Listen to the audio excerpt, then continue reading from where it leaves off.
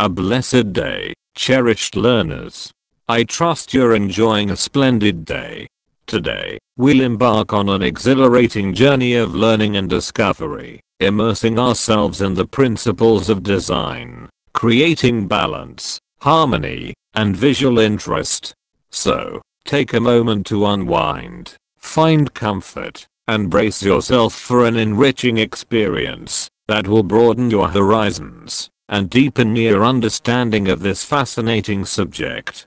As always, your well-being is of utmost importance, so please take care and stay safe.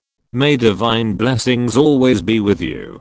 Welcome aboard the Teacher Lumabon YouTube channel. Commit your way to the Lord, trust also in him, and he shall bring it to pass. Psalm 37 verse 5.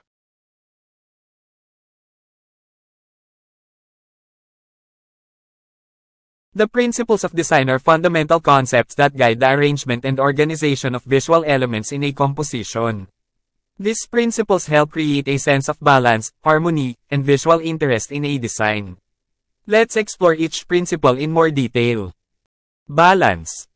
Balance refers to the distribution of visual weight in a composition. It can create a sense of stability or instability. There are three main types of balance. Symmetrical balance, also known as formal balance. Symmetrical balance occurs when elements are arranged equally on either side of a central axis. This creates a visually stable composition. Asymmetrical balance. Asymmetrical balance, also called informal balance, involves the arrangement of elements with different visual weights to create balance. It is more dynamic and can evoke feelings of movement and energy. Radial balance. Radial balance occurs when elements are arranged evenly around a central point. This creates a sense of harmony and can be seen in designs with circular or spiral patterns. Ang mga prinsipyo ng disenyo ay mga pangunahing konsepto na gumagabay sa pagsasaayos at pagsasaayos ng mga visual na elemento sa isang komposisyon. Nakakatulong ang mga prinsipyong ito na lumikha ng pakiramdam ng balanse, pagkakatugma, at visual na interes sa isang disenyo. Tuklasin natin ang bawat prinsipyo ng mas detalyado. Balanse. Ang balanse ay tumutukoy sa pamamahagi ng visual na timbang sa isang komposisyon. Maaari itong lumikha ng isang pakiramdam ng katatagan o kawalang tatag. Mayroong tatlong pangunahing uri ng balanse. Symmetrical balance, kilala rin bilang formal na balanse. Ang simetriko na balanse ay nangyayari kapag ang mga elemento ay pantay na nakaayos sa magkabilang panig ng isang gitnang axis. Lumilikha ito ng isang visually stable na komposisyon. Asymmetrical balance. Ang asymmetrical na balanse, na tinatawag ding informal na balanse, ay kinabibilangan ng pag-aayos ng mga elemento na may iba't ibang visual na timbang upang lumikha ng balanse. Ito ay mas dynamic at maaaring pukawin ng mga damdamin ng paggalaw at enerhiya. Balanse ng radial. Ang balanse ng radial ay nangyayari kapag ang mga elemento ay nakaayos ng pantay-pantay sa paligid ng isang gitnang punto. Lumilikha ito ng pakiramdam ng pagkakaisa at makikita sa mga disenyo na may mga pabilog o spiral na pattern.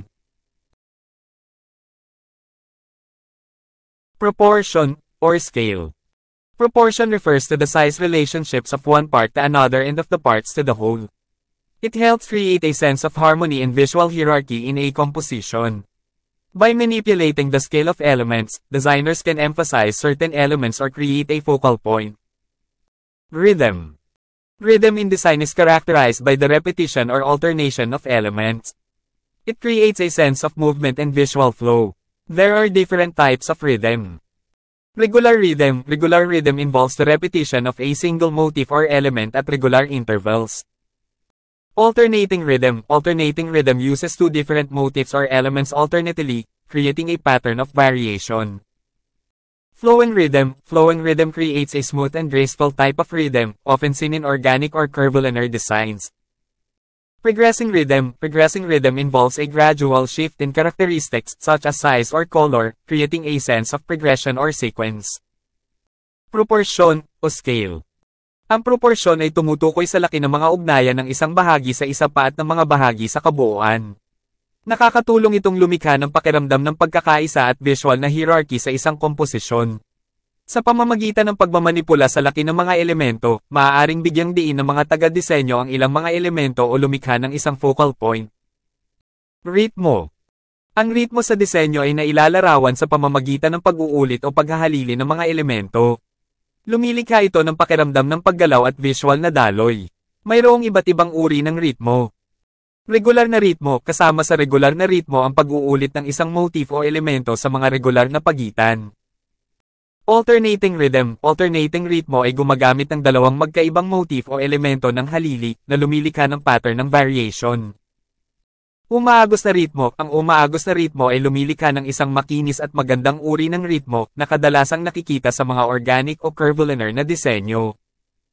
Progressing rhythm, ang pag-usad ng ritmo ay nagsasangkot ng unti-unting pagbabago sa mga katangian, tulad ng laki o kulay, na lumilikha ng isang pakiramdam ng pag-unlad o pagkakasunod-sunod.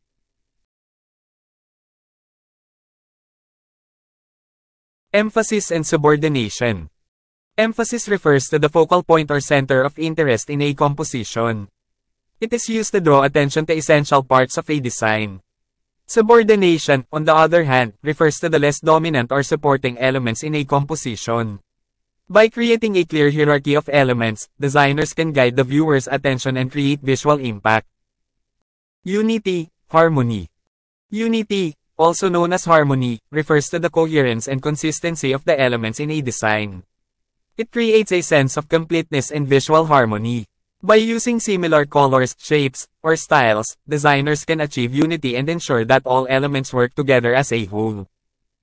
Variety. Variety is the use of differences and change to increase the visual interest of a design. It helps prevent monotony and adds excitement to a composition. By incorporating contrasting elements, such as different colors, shapes, or textures, designers can create visual variety and capture the viewer's attention. Remember, these principles are not strict rules but rather guidelines that can be applied flexibly depending on the Daisy-Red effect and the specific design context. Pagbibigay diin at subordination. Ang emphasis ay tumutukoy sa focal point o sentro ng interes sa isang komposisyon. Ito ay ginagamit upang maakit ang pansin sa mahahalagang bahagi ng isang disenyo. Ang subordination, sa kabilang banda, ay tumutukoy sa hindi gaanong nangingibabaw o sumusuporta sa mga elemento sa isang komposisyon. Sa pamamagitan ng paglikha ng isang malinaw na hierarchy ng mga elemento, maaaring gabayan ng mga taga-disenyo ang atensyon ng manunood at lumikha ng visual na epekto. Pagkakaisa, harmony. Ang pagkakaisa, na kilala rin bilang harmony, ay tumutukoy sa pagkakaugnay-ugnay at pagkakapare-pareho ng mga elemento sa isang disenyo. Lumilikha ito ng pakiramdam ng pagiging kumpleto at visual na pagkakatugma. Sa pamamagitan ng paggamit ng magkatulad na mga kulay, hugis, o estilo, makakamit ng mga taga-disenyo ang pagkakaisa at matiyak na ang lahat ng elemento ay gumagana ng sama-sama sa kabuuan. Iba't ibang. Ang pagkakaiba-iba ay ang paggamit ng mga pagkakaiba at pagbabago upang mapataas ang visual na interes ng isang disenyo. Nakakatulong itong maiwasan ng monotony at nagdadagdag ng excitement sa isang komposisyon. Sa pamamagitan ng pagsasama ng magkakaibang mga elemento, tulad ng iba't ibang kulay, hugis, o texture, maaaring lumikha ang mga taga-disenyo ng iba't ibang visual at makuha ang atensyon ng manunood.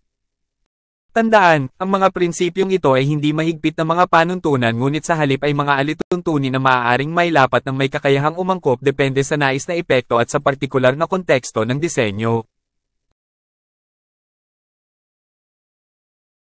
I can do all things through Christ who strengthens me. Philippians 4 verse 13.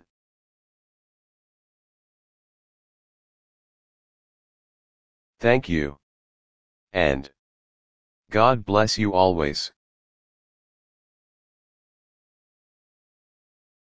I hope you found a lecture on music, arts, physical education, and health, lecture notes insightful, and gained new knowledge. If you found value in this video, kindly give it a thumbs up, and share it with your friends. We welcome your feedback, questions, and suggestions, which you can leave in the comments section below. Thank you for tuning into Teacher Lumaband's YouTube channel, and we look forward to seeing you in our next video. May God bless you always.